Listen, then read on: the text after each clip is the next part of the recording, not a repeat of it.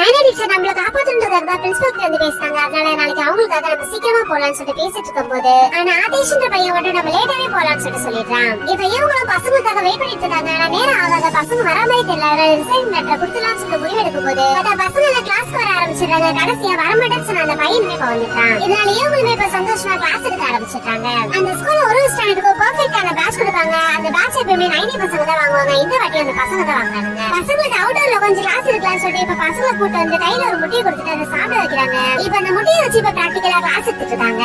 அப்படியே பசங்களுக்கு கிளாஸ் எடுத்துட்டு பேசிட்டு இருக்கும்போது இந்த ஸ்கூல்ல உங்களுக்கு என்னதான் பிரச்சனைன்னு சொல்லி கேக்குறாங்க. இந்த ஸ்கூல்ல இருக்கவங்க யாருமே எங்களை சரிசமமா நடத்துறதே கிடையாது. எல்லாருமே எங்களை மட்டமா தான் பாக்குறாங்க.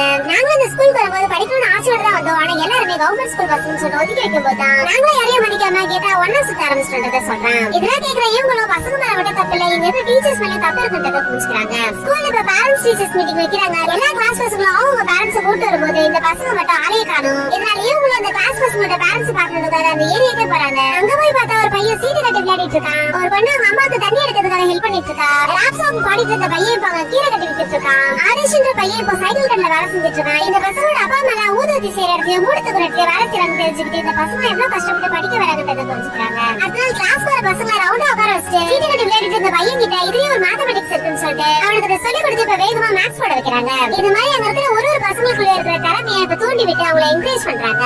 அடுத்த நாள் பாஸ்கெட் பால் ஆடுற இடத்துக்கு கூட்டு போய் பாஸ்கெட் பால் த்ரோ பண்றத வச்சு இப்ப சயின்ஸ் கிளாஸ் எடுத்துட்டு இருக்காங்க. இது பாக்குற மத்த ஸ்டாஃப் இதெல்லாம் எங்க உருப்பட போகுதுன்னு சொல்லி யோசிச்சுட்டு போயிட்டு இருக்காங்க. இது மாதிரி பிராக்டிகலா பசங்க கிளாஸ் கத்துக்கிறதால பசங்களுக்கு படிக்கணுன்ற இன்ட்ரெஸ்ட் அதிகமாகிடுது.